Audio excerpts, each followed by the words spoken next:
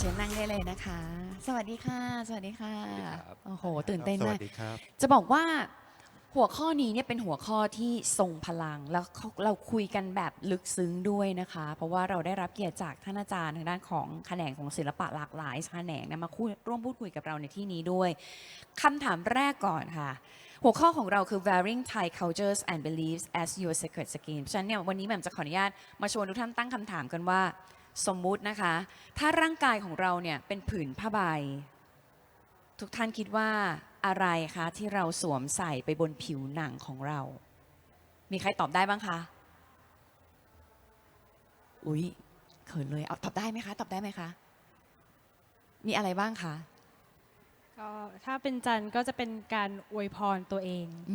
ม ในทุกเจตนาของการกระทำแล้วก็ในทุกบริบทของการใช้ชีวิตค่ะ ค่ะมีท่านไหนอยากแสดงความเห็นเพิ่มไหมคะ มันตาพร ถ้าเกิดเป็นคำพ้องเสียง พอพานรอเรือก็หมายถึงวาจาอันศักดิ์สิทธิ์ที่จะส่งผลทำให้เราประสบความสำเร็จตามที่ปรารถนาได้ครับ แหมเดี๋ยวเราไปเจาะลึกกันต่อในคำถามถัดไปมันขออนุญาตเฉลยก่อน ถ้าร่างกายคือผืนผ้าใบอะไรคือสิ่งที่เราสวมใส่ไว้บนผิวหนังของเรานะคะ เช่น วัฒนธรรมไทย ความเชื่อ ความศรัทธา และแฟชั่น สิ่งเหล่านี้มันหล่อหลอมขึ้นมาเป็นตัวเรา จริงๆ แล้วมันอาจจะไม่ใช่ที่เป็นสิ่งที่ต่างกันหรือห่างกันสักเท่าไหร่นะคะ จะเป็นเรื่องเดียวกัน ถ้าเรามองมันให้ลึกพอ เพราะฉะนั้นขออนุญาตไปที่คำถามแรกก่อน ก่อนเข้าคำถามขออนุญาตแนะนำทุกท่านอีกครั้งหนึ่งแล้วกันนะคะ ให้ละเอียดมากยิ่งขึ้นพอเมื่อสักครู่นี้เนี่ยพูดเป็นภาษาอังกฤษไปเป็นตำแหน่งขออนุญาตเล่าก่อนว่าท่านแต่ละท่านมาจากแขนงไหนกันบ้างนะคะ วิทยากรทั้ง4ท่านในวันนี้แต่ละท่านล้วนมีบทบาทในการสลักความเชื่อและวัฒนธรรมไทยลงบนร่างกายของผู้คนผ่านศาสตร์ที่แตกต่างกันค่ะขออนุญาตแนะนำท่านแรกก่อนอาจารย์เน่งคุ้มมันตรารักษ์นะคะท่านเป็นปรมาจารย์ด้านศักยันต์ไทยผู้ถ่ายทอดพลังความศักดิ์สิทธิ์ให้แก่ลูกศิษย์ทั้งไทยและต่างชาติปรบมือต้อนรับอาจารย์เน่งหน่อยค่ะ ขอบคุณครับ สวัสดีครับ ท่านถัดไปนะคะคือคุณสรานเย็นปัญญา นักออกแบบจาก 56 Studio ค่ะ เป็นผู้แปลงสัญลักษณ์ไทย คุณแปลงสัญลักษณ์ของไทยเรานี่แหละ ให้กลายเป็นแฟชั่นร่วมสมัยที่เฉียบขาด และมีชั้นเชิงค่ะ สวัสดีคุณสรานด้วยนะคะ สวัสดีครับ ท่านที่ 3 คือคุณจันทราจันพิทักษ์ชัย เธอเป็นผู้มากประสบการณ์ในแวดวงแฟชั่น และบันเทิงไทย ผู้ที่เคลื่อนไหวเบื้องหลัง การส่งต่อความเป็นไทยสู่สากล สวัสดีคุณจันทรานะคะ และท่านสุดท้ายค่ะด้านข้างแบบนี้เองคือคุณอัคคกรสุขุมรินทร์อินทีเรียดีไซเนอร์เป็นศิลปินนักร้องนักสร้างสรรค์ ที่นำรากวัฒนธรรมไทยเนี่ยมาผสมผสานกับดนตรี แล้วก็การแสดงร่วมสมัยถ่ายทอดอัตลักษณ์ผ่านเสียงและเวทีได้อย่างลึกซึ้งเลยค่ะ สวัสดีคุณอัคคกรนะคะคำถามแรกขอถามทั้ง4ท่านเลยนะคะก็คืออยากให้ช่วยแบ่งปันหน่อยว่ามุมมองของท่านเรื่องของคำว่า sacred skin หรือว่ามันตราพรเนี่ยคืออะไรเมื่อสักครู่นี้เริ่มมีแย้มมาบ้างแล้วเราขออนุญาตเริ่มที่อาจารย์เหน่งได้เลยค่ะ ครับผมคำว่าซิกเกสกินถ้าแปลตรงตัวก็คือคำว่าผิวหนังอันศักดิ์สิทธิ์ สิ่งที่อยู่บนผิวหนังของเรามีได้มากมายหลายอย่าง ในฐานะของอาจารย์ศักยันต์ก็จะยกตัวอย่างของเรื่องของยันไทย ซึ่งเป็นวัฒนธรรม เป็นภูมิปัญญาของไทย ซึ่งอยู่ภายนอกของร่างกายปกคลุมผิวหนังภายนอก แต่จะส่งผลไปถึงจิตใจภายใน เพื่อให้เรามีความเข้มแข็งความมั่นใจในการดำเนินชีวิตครับ ขอบคุณนะคะ เป็นความหมายที่ดีมากเลยค่ะ จากมุม ขอบ ข คุณ อง ครับ ศาสตร์ทางด้านของการสักยันต์ไทยนะคะ ไปกันต่อที่คุณสรันค่ะ เรื่องของสัญญลักษณ์มองในมุมยังไงคะ คือจริงๆ ผมมองว่า sacred เนี่ยมันคือคุณค่านะครับ แล้วก็ ค่ะ value อืม ซึ่งมันเป็นเรื่องของปัจเจกบุคคล เพราะว่าถ้าเราถามพี่วินมอเตอร์ไซค์ว่าเสื้อกั๊กที่เขาสวมใส่อ่ะมัน sacred มันศักดิ์สิทธิ์สำหรับเขาไหมอ่ะ อ่า คำตอบมันก็คือใช่ ค่ะ และที่สำคัญคือ ถ้าเราพูดเรื่องเศรษฐกิจสังคมการเมือง มันมียุคที่แจ็คเก็ตวินมอเตอร์ไซค์ราคามัน300,000 กว่าบาทก็มีนะครับ แล้วบางคนยังต้องผ่อนอยู่เลยก็ยังมี ค่ะ เพราะฉะนั้นเนี่ยผมคิดว่าคำว่า sacred เนี่ยมันคือเรื่องของคุณค่าของคนแต่ละคน และมันไม่จำเป็นต้องเหมือนกัน แล้วก็ผมว่ามันไม่ควรจะต้องเหมือนกันด้วย อืมมีความหมายที่ดีมากค่ะ คุณจันทราค่ะ ก็อย่างที่พูดไปแล้วนะคะก็คือมีอวยพรตัวเองในทุกเจตนาของการกระทำหรือทุกบริบทของการใช้ชีวิตทั้งใน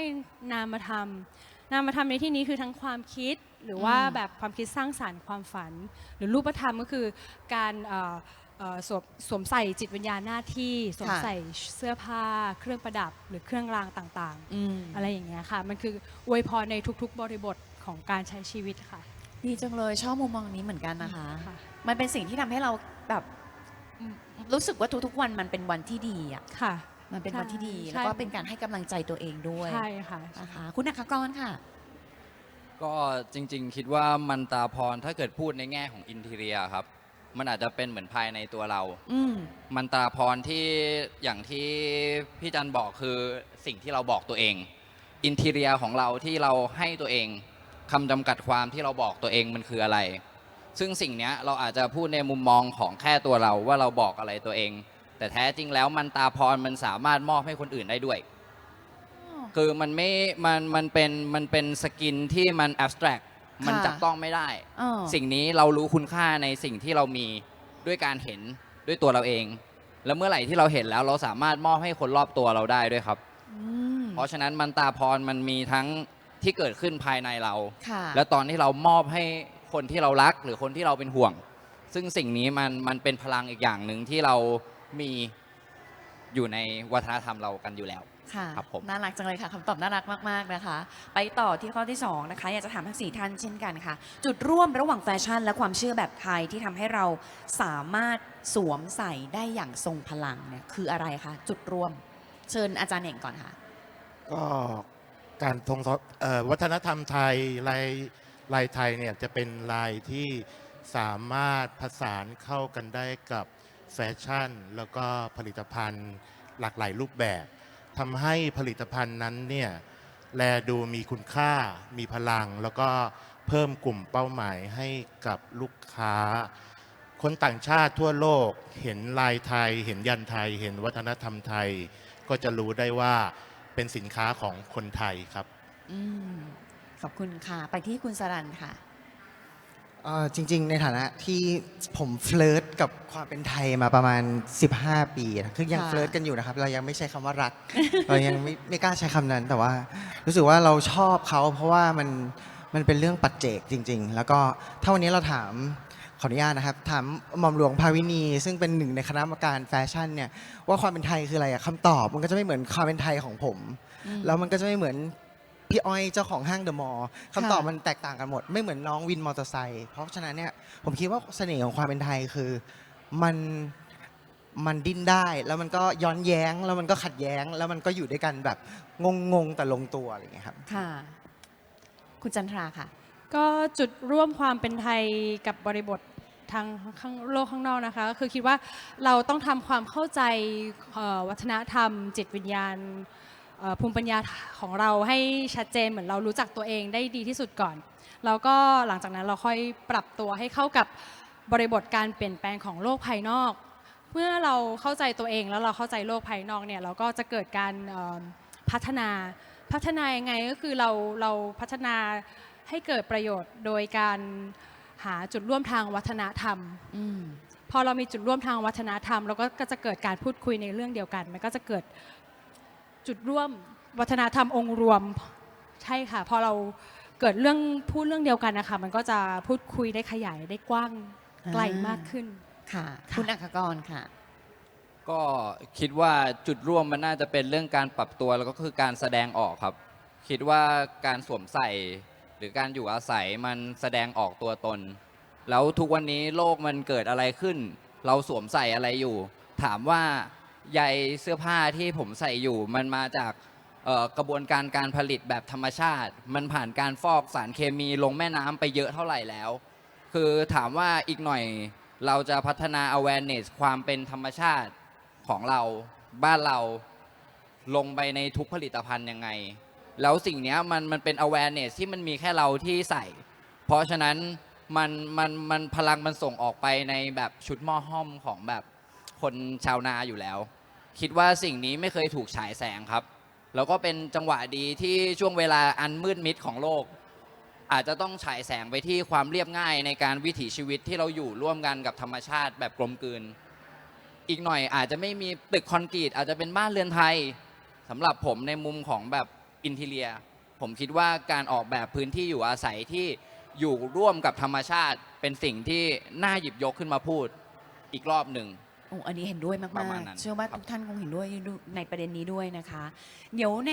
อีก 3คำถามถัดไปขออนุญาตไปเจาะที่อาจารย์เน่งก่อนนะคะ ถัดไปในมุมอาจารย์เน่งค่ะ การสักยันต์เนี่ยเรามีความคล้ายคลึงหรือว่าแตกต่างจากการสวมใส่แฟชั่นยังไงบ้างคะอาจารย์ การสักยันต์บนร่างกาย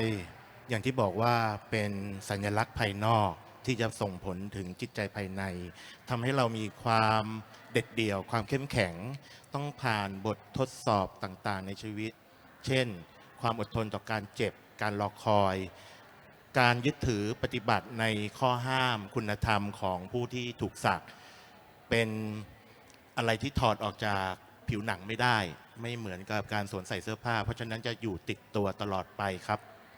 ค่ะ ทุกท่านทราบไหมคะว่ามีชาวต่างชาตินะคะ ชื่นชมอาจารย์มากนะคะ ก็มาเป็นลูกค้าเนาะมาสักยันต์กับอาจารย์นะคะ สุดยอดมากจริงๆ อยากจะรู้ว่าชาวต่างชาติเนี่ยเขามองหาอะไรกับวัฒนธรรมหรือความเป็นไทยคะอาจารย์ คือถ้าจะพูดถึงงานซอฟต์พาวเวอร์นะครับก็คือ ค่ะ การส่งออกสู่วัฒนธรรมไปสู่ภายนอก ซึ่งก็คือประเทศต่างๆ เป็นวัฒนธรรมที่แข็งแรงไม่ใช่เฉพาะนักแสดงนักร้องหรือว่าดารา วงการกีฬาหรือว่าทุกสาขาอาชีพ ก็ยิ่งโลกเจริญไปมากขึ้นเท่าไหร่นะครับ ที่พึ่งทางใจก็สำคัญมากขึ้นเท่านั้นนะก็ทำให้เห็นได้ว่าเขาจะเดินทางมาหาอาจารย์เพื่อสักยันต์ต่างๆ ยันมีเยอะแยะมากมาย แต่ว่า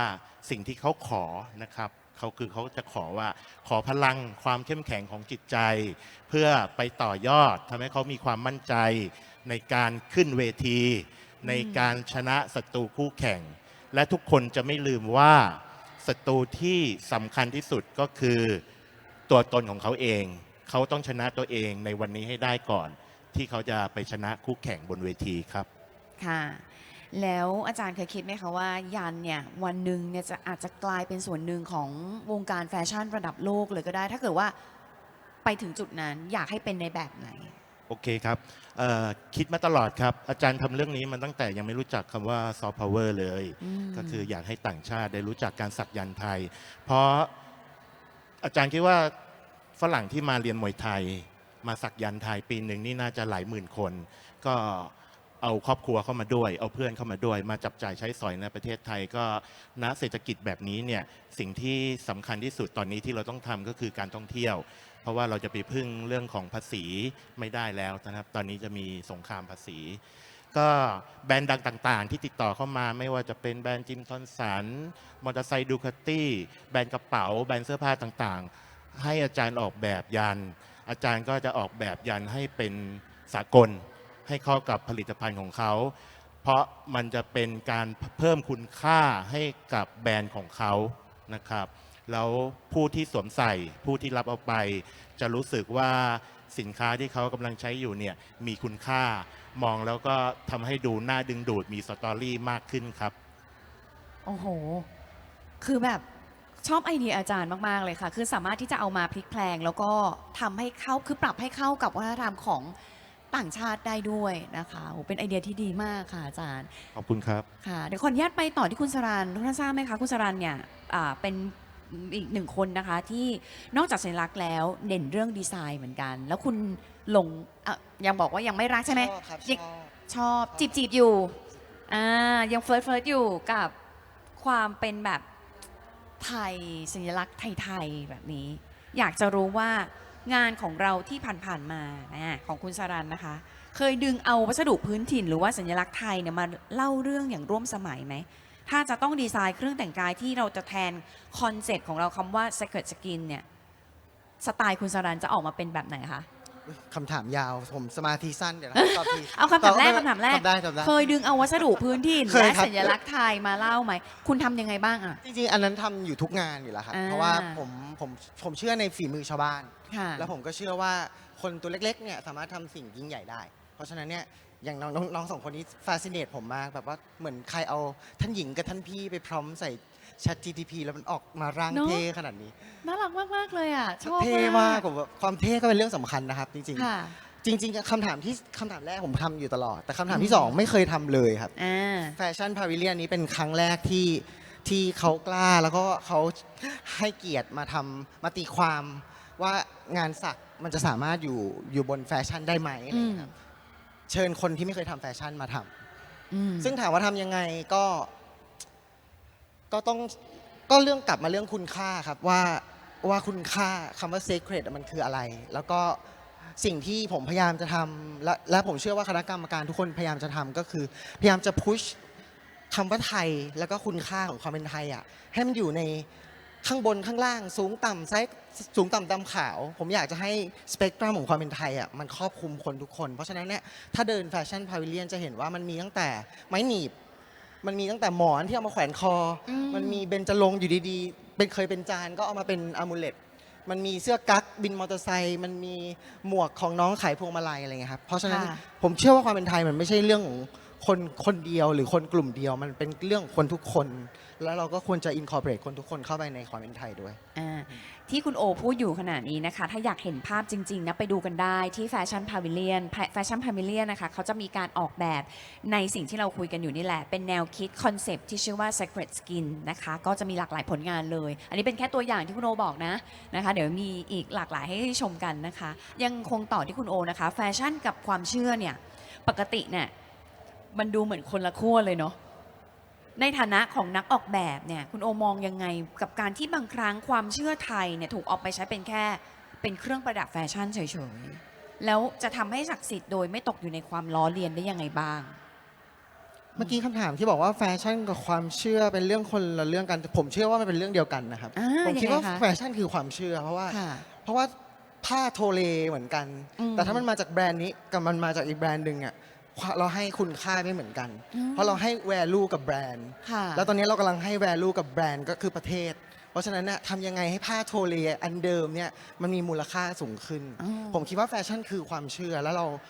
รากำลังจะเพิ่มมูลค่าให้กับความเชื่อมากกว่าแต่เพราะฉะนั้นมันเป็นเรื่องเดียวกันสำหรับผมนะครับ ค่ะ คำถามที่สองคืออะไรนะครับสมาธิสั้นลืม ได้ แล้ว เลยค่ะ คุณมองยังไงกับการที่บาง โอเค ครั้งความเชื่อไทยถูกเอาไปใช้เป็น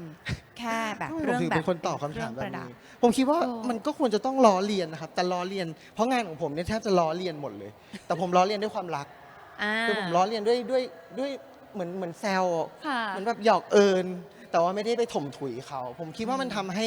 คนเราสามารถมองอารมณ์ขัน หรือว่าความเป็นไทยในอีกมุมหนึ่งได้ ค่ะ และถ้าสมมติว่าคุณโออยากจะแนะนำนักออกแบบรุ่นใหม่ในการที่ว่าสมมติว่าเขาอยากจะออกแบบแฟชั่นแหละ แต่ออกแบบมาแล้วแบบคือมีการสื่อสารวัฒนธรรมผ่านแฟชั่นเนี่ยจะต้องทำยังไงบ้าง นักออกแบบรุ่นใหม่ใช่ไหมครับ ค่ะ อย่างแรกเขาต้องเก่งให้ได้มากกว่า Chat GTP แล้วก็ AI ซึ่งยากเป็นเรื่องยากมากเพราะมันไม่นอนนะครับเหมือนผมก็ไม่นอนมันก็ไม่นอน ผมคิดว่าตอนนี้สิ่งเดียวที่มันจะทำให้เราชนะ AI นะครับโดยเฉพาะนักออกแบบรุ่นใหม่ก็คือตัวตน เพราะว่า AI มันเป็นแค่กระจกสะท้อนสิ่งที่คุยกับเรา แต่มันไม่สามารถเป็นเราได้ ค่ะ เพราะฉะนั้นมันก็เป็นอย่างเดียวที่เราเหลืออยู่ที่จะทำให้เราแตกต่างจาก AI ซึ่งก็คืออัตลักษณ์เนี่ยแหละครับเรื่องเดียวกันหมด ค่ะ มาที่คุณจันทรากันบ้างนะคะ คุณจันทราอยู่ในแวดวงที่ต้องคิดเรื่องของการสื่อสารวัฒนธรรมให้เข้าถึงคนนะคะ ในมุมของคุณจันทราเนี่ยความเป็นไทย มันมีจุดแข็งอะไรบ้างที่สามารถกลายเป็นซอฟต์พาวเวอร์ผ่านแฟชั่นคะ คือจุดแข็งของความเป็นไทยจริง ๆ แล้วอยู่ในทุกคนค่ะ คือทุกคนไทยค่ะเป็นมรดกของความเป็นไทยอยู่แล้ว เพราะฉะนั้นจุดแข็งของความเป็นไทยที่ดีที่สุดคือการเข้าใจตัวตนตัวเองว่าเรามีวัฒนธรรมอย่างไร ภูมิปัญญาเป็นอย่างไร แล้วก็จิตวิญญาณของบ้านเราคืออะไร เมื่อเราเข้าใจสิ่งเหล่านี้แล้วอะค่ะการถ่ายทอดวัฒนธรรมที่แตกต่างจากข้างนอก ก็จะสามารถสื่อสารได้โดยการเราหยิบยกวัฒนธรรมอื่นๆมาปรับใช้ เหมือนที่เราเป็นอยู่ทุกวันนี้ค่ะคนไทยคือเป็นผู้ที่ผสมผสานวัฒนธรรมได้อย่างดี ค่ะ เยี่ยมเห็นได้จากงานต่างๆที่เกิดขึ้นด้วยงานบันเทิงหรือว่างานแฟชั่น งานสักยันต์อะไรอย่างเงี้ยค่ะหรืองานเครื่องรางที่เราสามารถเปลี่ยนแปลงการนำเสนอการสื่อสารทางด้านจิตวิญญาณออกไปสู่ประเทศอื่นๆได้ ใช่ค่ะ พูดออกมาแล้วว่าใน แวดวงของการแวดวงบันเทิงนะหรือว่าแฟชั่นเนี่ยเรามีการสื่อสารของความเป็นไทยออกไป อยากรู้ว่าเราคิดว่ามันมีอุปสรรคไหมคะ คือมันมีอุปสรรคแน่นอนค่ะ มันต้องตั้งต้นก่อนว่าเราอยู่ที่เจตนาของเราว่าเรา อ๋อ อยู่ที่เจตนาเราว่าเราจะสื่อสารอะไรออกไป อืม เบื้องต้นก่อนเพราะถ้าเรารู้เจตนาที่เราสื่อสารแล้วเราก็ค่อยนำองค์ความรู้ต่างๆ รอบตัวมาปรับใช้ประยุกต์กับ อืม องค์ความรู้ของเรา แล้วก็นำไปเผยแพร่ ค่ะ ต่อ อุปสรรคที่เคยเจอเนี่ยกับเรื่องของเวลาที่เราอยากจะสื่อสารสัญลักษณ์ไทยออกไปสากลเนี่ยอย่างเช่นมีอะไรบ้าง ก็อย่างที่จันออกไปงานแฟร์ที่ญี่ปุ่นนะคะเราก็ ค่ะ จะเอาน้องสี่หูห้าตา อ่า ไปพูดคุยกับทางญี่ปุ่นใช่ไหมคะ แต่ว่าเราก็หาจุดเชื่อมในการพูดคุยเรื่องมอนสเตอร์ของทางภาคเหนือของเรายังไงก็คือสี่หูห้าตาเนี่ยก็จะกินถ่านเข้าไปแล้วก็มาเป็นทองใช่ไหมคะ จุดร่วมทางวัฒนธรรมไทยญี่ปุ่นคือทองอุนจิ แล้วทางญี่ปุ่นอ่ะเขาใช้โอมาโมริที่ไว้แบบอวยพรตัวเองอยู่แล้ว แล้วก็หาจุดเชื่อมเรื่องเนี้ยว่าแบบทองคือความอุดมสมบูรณ์ของทางวัฒนธรรมทางนั้น ค่ะ และทางของเราก็คือเหมือนเราทำความดีแล้วเราก็ความดีไม่มีหมดอะค่ะอะไรอย่างเงี้ยเราก็มาหาจุดเชื่อม แล้วสี่หูห้าตาเนี่ยเราก็พอเราอธิบายเรื่องจุดเชื่อมได้เราก็อธิบายต่อเลยว่าอ๋อสี่หูคือพรหมวิหารสี่ห้าตาคือศีลห้าอะไรอย่างเงี้ยแล้วก็เล่าเรื่องวัฒนธรรมเราต่อได้ใช่ค่ะ โอ้โห ประมาณนี้ เรียกว่าจริง ๆ แล้วมันไม่ใช่อุปสรรคนะ ใช่ คุณพลิก ค่ะ วิกฤตให้เป็นโอกาสมากๆเลยหาจุดเชื่อม ใช่ ทาง ค่ะ วัฒนธรรม แล้วคุณ ใช่ สามารถ ค่ะ ไปต่อได้เก่ง ค่ะ มากค่ะคุณจันเดี๋ยวคำถามสุดท้ายของคุณจันนะคะขออนุญาตถ้าแฟชั่นไทยอยากจะมีพื้นที่บนเวทีโลกเนี่ยต้องเริ่มจากอะไรคะ ก็จริงๆแล้วคือเรามีโอกาสเราสร้างโอกาสเองได้ในทุกๆวันนะคะคืออย่างจันที่จันไปข้างนอกจันก็หาสมัครเอง อืม ซึ่งการไปข้างนอกหรือว่าการเราหาโอกาสสร้างโอกาสเองเนี่ยเราก็ต้องยอมรับจุดหนึ่งว่ามันก็จะต้องมีการไม่ได้ประสบความสำเร็จบ้างพลาดบ้างหรือว่าไม่ไปถึงจุด แต่ว่าเราเอาสิ่งเหล่านี้ค่ะมาเป็นเรียนรู้แล้วก็หาจุดหาปรับ develop ตัวเองเสมอเพื่อที่จะไปต่อให้ถึงจุดที่เราวางไว้หรือว่าเราตั้งเป้าไว้ค่ะ ขอบคุณค่ะ น่ารักมาก ๆ นะคะ มีไอเดียที่เก่งมาก ๆ เลยค่ะ ถัดไปขออนุญาตไปที่คุณอัครกรในฐานะของ Interior Designer ใช้ความคิดสร้างสรรค์เป็นสื่อกลางระหว่างการออกแบบและความเชื่อนะคะ คุณมองว่าศิลปินเนี่ยสามารถสวมใส่ความเป็นไทยบนเวทีการแสดงได้ยังไง โดยที่เราไม่ต้องพูดเลย สักคำ ก็จริงๆ ผมคิดว่ามันเป็นเรื่องการผลักดันเรื่องการสวมใส่ของที่ผลิตในบ้านเราเนาะแล้วก็อีกอย่างเลยพอเราพูดถึงเรื่องของที่ผลิตในบ้านเราก็คือ เราอาจจะต้องมองถึงกระบวนการการผลิตของสิ่งนั้นด้วย ซึ่งหลาย ๆ อย่างที่เราผลิตเรายังผลิตด้วยกระบวนการที่ทำลายโลกมากกว่าอยู่ ผมคิดว่าเป็นโอกาสดีที่เราจะมองตัวเองแล้วก็พัฒนากระบวนการการผลิตที่มันอยู่ร่วมกันกับโลก อยู่ร่วมกันกับพื้นที่ที่เขาอยู่ได้ ผมคิดว่าแบบศิลปินคนที่อยู่ในพื้นที่สื่ออยู่แล้ว สามารถช่วยเปิดตลาดให้ผลิตภัณฑ์พวกเนี้ยไปสู่ชาวโลก หรือว่าเพื่อนพี่น้องคนอื่นได้เยอะมากครับ เพราะว่าแบบยังไงความบันเทิงเป็นสิ่งที่เราต้องการกันอยู่แล้ว ในการดำเนินชีวิตอย่างที่พี่ๆทุกคนพูดไปคือสุดท้ายแล้วความเป็นไทยมันคือการขยายตัวเองออก ให้เห็นว่าแท้จริงแล้วมันได้หมด คุณสามารถเห็นคุณค่าได้หมด ไม่ว่าจะเป็นพี่วินมอไซค์ชาวนา คนปลูกกัญชา หรือคุณหมอหรืออะไรทุกอย่างมันควรที่จะถูกให้คุณค่ามากขึ้น แล้วอย่างผมเป็นอินทีเรียเนาะแต่ผมดันเอาสิ่งที่ผมมีเนี่ยไปใช้กับการปลูกกัญชา ซึ่งสิ่งที่คนพบอีกอย่างคือภูมิปัญญาแพทย์แผนไทย ก็คิดว่าสิ่งนี้มันก็เป็นอีกอย่างที่เราสามารถสวมใส่ได้ ถามว่าเรื่องอะไรก็คืออย่างน้อยวิธีการสวมใส่ภูมิปัญญาเราก็คือกินครับ ร่างกายเรากิน ถ้าวันใดเรากินเป็นกับของที่มีในบ้านเราเข้ากับฤดูได้ เมื่อนั้นความแข็งแรงที่เราจะค้นพบที่เราออกไปตามหา มันจะไม่ได้อยู่ข้างนอกแล้ว มันจะอยู่ที่ข้างในเราเอง แล้วที่เนี่ยมันควรจะปลูกพืชผักให้เรากินเป็นยาให้เราแข็งแรงได้ แต่ว่าวิธีการผลิตหรือวิธีการดูแลในปัจจุบันมันทำลายไปเยอะแล้ว ก็คิดว่าจะสร้างสรรค์อะไรก็ดูวิธีการสร้างสรรค์ด้วยว่าทำร้าย อยู่เท่าไหร่ แล้วจะทำให้ดีขึ้นยังไงอะไรอย่างนั้นครับ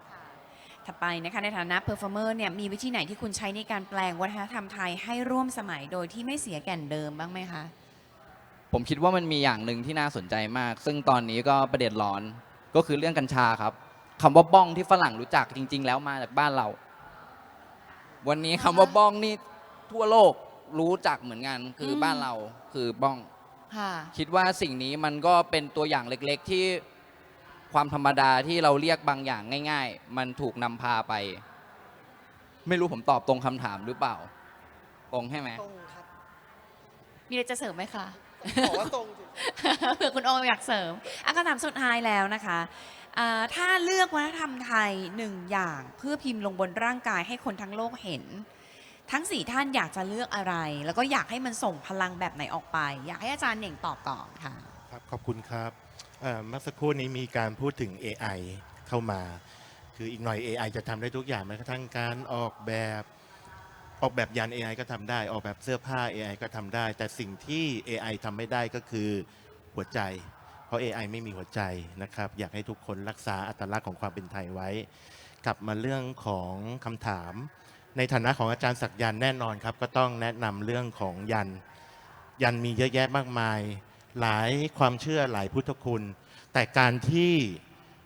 ผมจะนำยันไทยให้ก้าวไกลไปสู่ภายนอกได้ก็คือให้ดังไกลไปทั่วโลก ผมอาจจะต้องตัดคำว่างมงายออกไป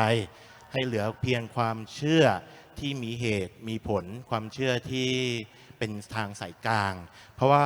คำว่าทางสายกลางนี่สามารถเข้ากับบุคคลได้ทุกคนนะครับสำหรับสิ่งที่ผมจะเลือกบันทึกลงบนผิวหนังคือการสักยันต์ขอยกตัวอย่างยัน9 ยอดกันแล้วกันนะครับ เลข 9 เป็นเลขมงคลของไทย มันจะมีสตอรี่มากมายในแต่ละยันนะ ผมยกตัวอย่างยันเดียว เลข 9 เป็นเลขมงคลของไทย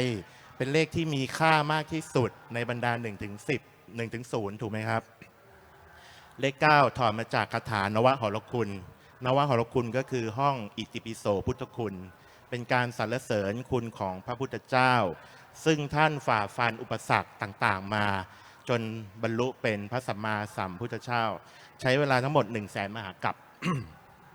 การที่เราน้อมนำคุณพระพุทธเจ้ามาเป็นทางดำเนินชีวิต ไม่ใช่หมายความว่าเราจะต้องเป็นคนพุทธเท่านั้น จะเห็นได้ว่าต่างชาติที่มา ก็ไม่ได้นับถือพุทธ มีทุกศาสนามา แต่เรานำคุณงามความดี เชื่อมโยงกับจิตใจ เขาก็ต้องการความมั่นใจ การประพฤติตัวปฏิบัติที่ดีทำให้เขามีความมั่นใจที่จะต่อยอดในชีวิตของเขาต่อไปนะครับ รูปร่างของยัน9 ยอดจะเป็นลักษณะสามเหลี่ยม ซึ่งเป็นทรงพีระมิด หรือว่าเหมือนกับทรงเจดีย์ซึ่งเป็นสถานที่เป็นมงคลมีพลังงานรับพลังงานจักรวาลได้ดีที่สุดนะครับบ้างก็ว่าเป็นหัวฉมวก เพื่อให้พุ่งไปหาเป้าหมายแห่งความสำเร็จ เลข 9 ถ้าเป็นคำพ้องเสียงนั่นหมายถึงว่าก้าวหน้าก้าวต่อไปไม่มีที่สิ้นสุดครับผม ขอบคุณค่ะ คุณโอค่ะ เมื่อกี้คำถามคือถ้าสักจะเป็นไงใช่ไหมครับหมายถึงว่าเอาอะไรใส่ อยา เข้าก ไป ให้เรื่องวัฒนธรรมไทยหนึ่งอย่าง โอเค เพื่อจะพิมพ์ลงไปบนร่างกาย คือผมยังกลัวเจ็บอยู่ แต่ว่าสิ่งที่ผมอยากจะใส่เนี่ยผมใส่เข้าไปในแฟชั่นพาวิเลียนหมดแล้ว แล้วก็ถ้าเกิดใครสังเกตลองเดินดูนะครับ จะเห็นว่าในพาวิเลียนเนี่ยมันจะเต็มไปด้วยซิมโบลิกหรือสัญญะของการปิดตา แล้วก็เปิดตา บางอย่างก็ตาเต็มไปหมดเลย บางอย่างก็คือปิดตา ผมอยากจะฝากไว้ว่ามันเป็นเรื่องของมุมมองของซอฟต์พาวเวอร์ส่วนตัวของผมคิดว่าตอนนี้มุมมองของประเทศเราเนี่ยไม่ว่าเราจะขัดแย้งหรือไม่ขัดแย้งกันยังไงก็ตามนะครับ อย่างแรกที่ควรจะทำก็คือปิดตาก่อนแล้วก็เปิดใจ เพราะว่าผมคิดว่าเมื่อเราปิดตาเนี่ยวัสดุที่เราเคยคิดว่ามันไม่มีค่า หรือคนที่เราคิดว่ามันไม่มีค่าเนี่ยมันจะมีค่าได้เพราะเราเปิดใจ หลังจากนั้นเราค่อยเปิดตาอีกรอบ แล้วก็มองมันด้วยวิสัยทัศน์ใหม่ อันนี้คือสิ่งที่อยากจะฝากไว้ในแง่ของซอฟต์พาวเวอร์แฟชั่นทั้งหลายแหล่ครับ ค่ะ คุณจันค่ะ ก็สำหรับจันก็คือจันก็สักอยู่แล้วนะคะ แต่ว่าสำหรับจันการแสดงอัตลักษณ์แทนการสักละกันคือการสวมใส่เครื่องประดับ หรือว่าการสวมใส่เสื้อผ้าค่ะก็จะเป็นการแสดงอัตลักษณ์ต่างๆ แบบใช้ผ้าไทยใช้เครื่องประดับ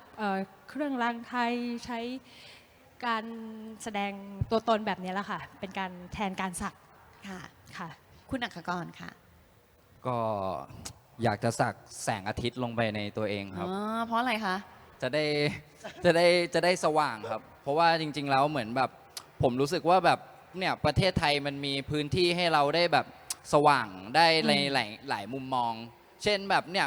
ไปเจอเสื้อพี่วินมอไซค์อาจจะแบบเฮ้ยเราเข้าใจอะไรบางอย่างก็ได้ มีวัดสภาพแวดล้อมของงานสร้างสรรค์ของเราทั้งหมดอะครับ จริง ๆ แล้วซอฟต์พาวเวอร์มันคือการยกระดับจิตวิญญาณ งานหลาย ๆ อย่างของเรามันมาเพื่อทำความเข้าใจชีวิตความเป็นอยู่ของผู้คนตรงนั้นแล้วก็คือแบบสิ่งเหล่านี้มันนำพาให้เรามาแบบใกล้ชิดธรรมะที่มันมีอยู่ในที่นี่เยอะมาก ถามว่าแบบทำไมมันถึงแบบเป็นพลัง แล้วสิ่งนี้มันมองไม่เห็น เพราะว่าใช่มันต้องมองไม่เห็น เพราะมันเริ่มต้นอย่างนั้น ความเป็นจริงมันเริ่มจากตอนที่มันไม่มีอะไรเลย และเนี่ยมันเป็นจังหวะที่แบบทุกคนช็อกพร้อมกันโควิดพร้อมกัน มันทำให้เราได้แบบกลับมาเห็นคุณค่าตัวเองท่ามกลางวิกฤตเพื่อนผมที่อยู่ต่างจังหวัด ไม่มีกังวลครับเพราะเขาได้กินผักได้กินผลไม้ที่ปู่ย่าเขาปลูกไว้ให้ คือนี่คือตัวอย่างง่าย ๆ ว่าถ้าวิกฤตมาครั้งหน้าแล้วเราไม่ได้เตรียมตัว เราก็อาจจะรอด เพราะว่าปู่ย่าตายายความเชื่อโบราณเขาเตรียมไว้ให้หมดแล้ว ถามว่าสิ่งเนี้ยเราจะรักษาต่อหรือส่งต่อหรือเราจะทำลายให้มันหมดสิ้น ผมคิดว่ามันชัดเจนอยู่แล้วว่าวันนี้คนรู้คุณค่าสิ่งนี้มากขึ้น ยังไงก้าวไปข้างหน้าอย่างที่พี่เขาบอกก็คือมันย่ำไปด้วยกันด้วยการสำนึกรู้ว่าคุณค่าที่แท้จริงของที่นี่คือที่ยกระดับจิตใจ ค่ะนี่นะคะก็เชื่อว่าทุกท่านคงเห็นแล้วนะคะว่าแฟชั่นหรือว่าที่เราเรียกกันว่า skirt screen ที่เราสวมใส่เนี่ยไม่ได้มีไว้เพื่อปกป้องผิวหนังห่อหุ้มร่างกายเพื่อความสวยงามอย่างเดียว แต่ยังเป็นพื้นผิวสำหรับเล่าเรื่องราว เล่าอัตลักษณ์แล้วก็เล่าความเชื่อความศรัทธา เพื่อดึงความมั่นใจแล้วก็แสดงพลังของผู้สวมใส่ให้เปล่งประกายออกมาได้ด้วย นี่คือเรียกว่าเป็นแนวคิดเบื้องหลังนะคะของคอลเลกชันของเรานี่แหละที่จัดแสดงอยู่นะคะ ก็ท่านไหนที่อยากจะไปชมนะคะ ตามไปชมกันได้เลยนะคะ กับกิจกรรมภายใต้ Sacred Skin Concept นะคะอยู่ที่ Fashion Pavilion แล้วก็มีของที่ระลึกนะคะ แล้วก็มีเป็นสินค้าแฟชั่นดีไซน์พิเศษ Sacred Skin หรือว่ามันตราพรคอลเลกชันจำหน่ายให้ทุกท่านได้ซื้อไปสวมใส่กันด้วย แต่ว่าจำนวนจำกัดเขาบอกว่าหมดแล้วหมดเลยหมดหรือยังคะอ้าวหมดแล้วด้วย จริงเหรอ เผื่อหนูไม่ได้เลยใช่ไหมต้องรีบนะทุกคนค่ะต้องรีบนะคะ ไปที่แฟชั่นพาวิเลียนนะคะ ก็ตอนนี้ขอบคุณทุกท่านมาก ๆ เลยนะคะ ก็ไปเจอกันที่แฟชั่นพาวิเลียนนะคะ ขอบคุณทั้ง 4 ท่านค่ะ ขอบคุณครับ ค่ะ ขอบคุณ